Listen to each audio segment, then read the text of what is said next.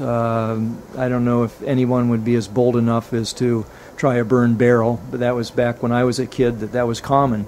People burn their leaves and burn trash. Yeah. And so there's a worry that that happens. And I think there's some evidence to show that some of these things are definitely happening. There's about 6 towns that the Brattleboro Solid Waste Committee has put forward as successes with pay-as-you-throw. Mm-hmm. And in every one of these towns, you can find the tonnages of trash and recyclables that these towns were generating before they enacted pay-as-you-throw and after they enacted pay-as-you-throw. And the numbers are really pretty interesting. What happens is that a surprising number of tons of the waste part, the trash part of the stream, seems to disappear. In other words, let me see if I can find an example. So you're saying there isn't a direct correlation between numbers going down and numbers going up elsewhere? Right. In Wrentham, Mass., after they started pay-as-you-throw, their recycling tons went up, and I believe these are per month, went up 245 tons. So they had a pretty good increase in their recyclables. They got 245 more tons per month after pay-as-you-throw than they did before. But their trash dropped 1,453 tons. So their trash tonnage dropped 1,000 more tons than, actually 1,200 more tons than you would expect. And I would argue that a good deal of that trash tonnage went into those areas that I mentioned earlier, to work, to dumpsters. What about composting? I'm sure that's a factor too, but these figures in all these towns are immediately before they go to pay-as-you-throw and immediately after. And in not one of the single towns, not one of them, as far as I know from the information I found, did they institute a curbside composting program. And I find it very hard to believe that an entire community instantaneously bought into composting in their backyards. And this is one of the, I want to talk, Lisa, about the problems for Brattleboro's renters with pay-as-you-throw.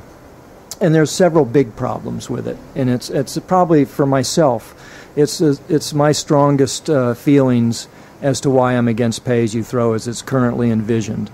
At the moment, the way it is under the current system, renters pay their rent to their landlords, and then the town picks up the trash and the recyclables at curbside, and the renter pays the landlord pays the property taxes. So that's in buildings with less than 4 or less. Well, yeah, in 4 or less, or in single-family residence, a duplex, whatnot. Right. So these people, if we go to pay-as-you-throw, this isn't going to be an entirely new expense. I don't think that the landlords are going to be reducing rents to their renters. So the renters are not going to see a drop in their monthly rent, but they're going to see an increase in their budget for special bags. Well, I'm a local taxpayer, and I understand that if pay-as-you-throw right now is turned around, that there would have to be a way to get it back in. The cost of waste, the cost that would be deferred as planned in the budget by pay-as-you-throw has to find its way back in the budget somehow, and that will impact our taxes. I happen to have 3 rental units, and I'm not in a position to pick up the extra expense as taxes. Either way, it represents to me a rising expense versus an expense that's going down right now. The way it's situated right now, I'm not saying if it were planned differently or implemented differently that would be true, but the way we're looking at this scenario right now, there's going to be a rising cost.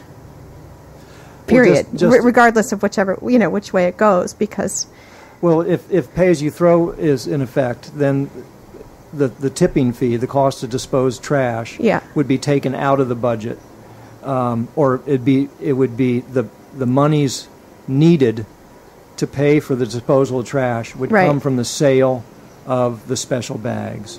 Ideally. So it would go directly onto the homeowners and renters. One of the other big problems for renters is space.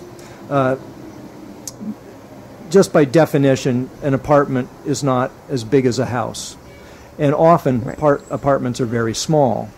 And currently we pick up recyclables at the curb every 2 weeks. And I've heard anecdotally that a lot of people are good recyclers, but once their bins fill up in their apartments, they don't have additional storage space. And they are faced with two choices. If their bins, if they run out of storage space prior to their biweekly pickup. And one is either to put recyclables into the trash, or they have to make a special trip to one of the recycling drop-off area, Fairground Road or Old Ferry Road, which means a car trip and an extra effort. So if pay-as-you-throw works and our recycling tonnage increases dramatically, which I think is exactly what everybody would hope happens. Yeah, ideally that would happen. Yes. A lot of people feel that this would be the time that we would have to go to once a week pickup of recycling, curbside. So is that a part of the plan that you feel needs to be thought out more fully? Yes. In fact, in Ashland, Mass, when they went to pay-as-you-throw, they went from biweekly to weekly pickup of recyclables. And there are other towns that have done that as well. So that's something I think Brattleboro should definitely take a look at. The other side of that coin is, of course, that's going to cost more money. I've heard anywhere from around $45,000 to over $100,000 for Triple T to add, to go from biweekly pickup of recycling to every week. So that would be, how does that compare with the number that we'll be looking at if we discard pay-as-you-throw as it's planned right now? I understand it's above $300,000. Right now, the tipping fee is $328,000 that they're hoping to generate from the sale of special bags. So no matter how you look at it, it seems to you there are costs that haven't been considered in the current plan. Oh, definitely. And one should keep in mind that there are still major components of our waste budget that are not touched by pay-as-you-throw. Pay-as-you-throw only deals with the disposal costs. It's shifting the disposal costs from the tax base to the sale of special bags. We also have a $525,000 a year contract with Triple T to pick up our trash and recyclables. That wouldn't change. We're also a member of the Solid Waste District, and we have a yearly assessment there, which... Moss, I think a lot of people don't understand the town's relationship to the Solid Waste District and what that... You know, I think a lot of people think the Solid Waste District is like a department of the town. It's made up of, I think it's over 20 towns now in southeastern Vermont. And Brattleboro by far the largest of those towns.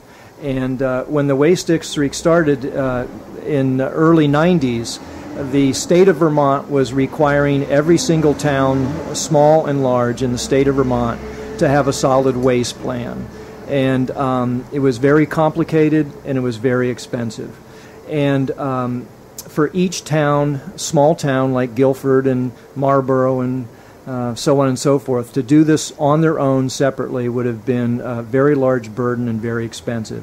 So a number of small towns got together and said, if we form a waste district, we can form one solid waste plan for the waste district, which will cover all the towns within that waste district.